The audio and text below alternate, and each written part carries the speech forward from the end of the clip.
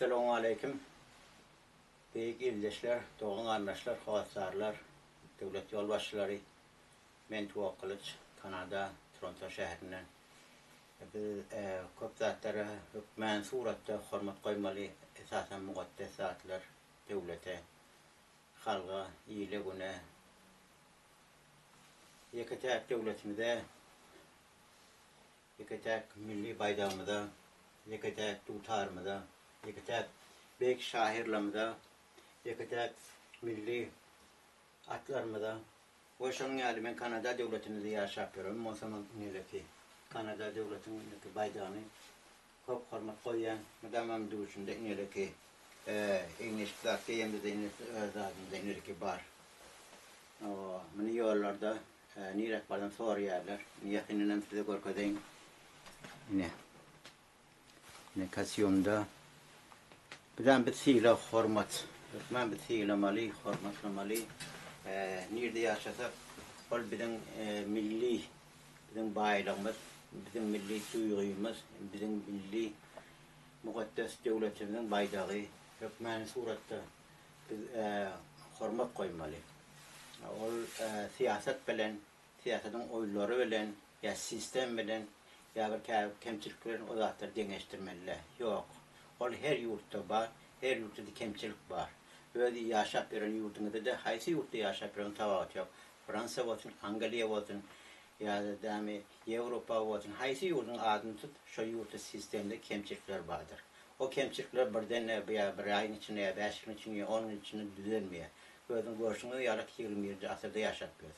Şu 20. asırda yaşap veren mesela, şu her yurtta kemçilik var. Men kemçiliğin içine gelecek, açacak diyecek olamak, onu özümün kabul yanı düşünmeyen.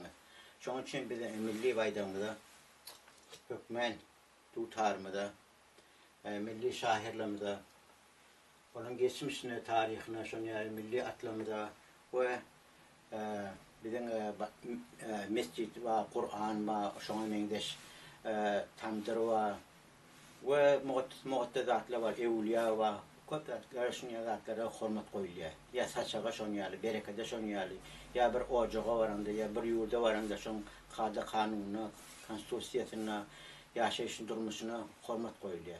Eğer şu hürmet koyulmasa, ya defelene zayet mesela, özün defelemek oluyor.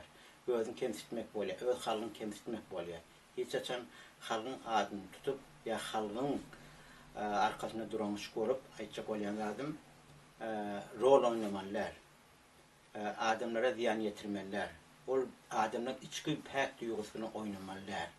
Ya özün oynatmalılar.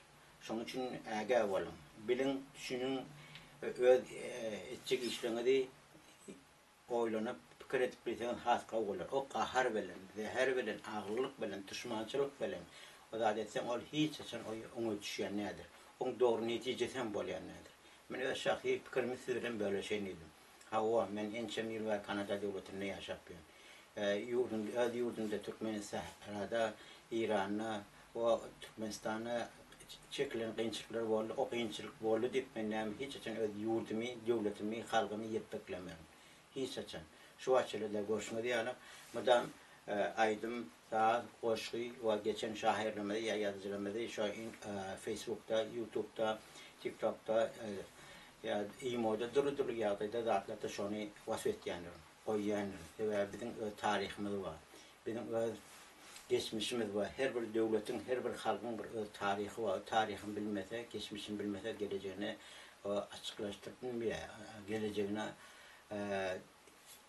yaktı yol yok. Şunun için biz nerede olsak, ben özüm şahsen yani şahsi fikrim. Türkmenistan milliyeti vatanımızın türlü yurtlarda ilçhanları var, konsolosluğu var, ticaret eden, Suudiye eden merkezleri var, medeni işler alparan yerleri var. Ben şunu oynayan, büyük oynayan, şunu nereden tanıyız? Türkmenistan milli bayrağımızdan tanıyız. Ne bizim okuyucularımız, türlü yurtlarda okap yerler, Xitay olsun, haysi yurdu tutuklar, ya Avrupa olsun, Amerika olsun, ya Asya olsun, ya Jetavat yok. Türkiye'de nerede okap yerim olsa, ya işlep yerim olsa, milli bayrağına oynuyor, büyük oynuyor. Sebebi hakkı var, onun hakkı var. Sebebi bizim milliliğimizi görkodiyor, bizim bayrağımızı görkodiyor, bizim halkımızı görkodiyor. Onun hiç için temsil olmuyor. Ençeme adamların başından duru qiyinçilikler geçti, uşlar geçti. Şuna da özün bilsin diýerler, birinci bayramı götürýänler. Adama göwlük berjek bolup, yeňillikleri özüni dutar bilen ulanýanlar. Agyr günlerde de, şertlerde dutar bilen geçirýänler. Taryhy tereden. O mesela wagtyňyzy almaýyn, janyňyz sag bolsun, başyňyz dik bolsun, döwlet ýolbaşçylygyndan başlyk bolsun. O Kanada döwletinden Toronto şäherine tuwakly Türkmen elim. Hoş sag bolun.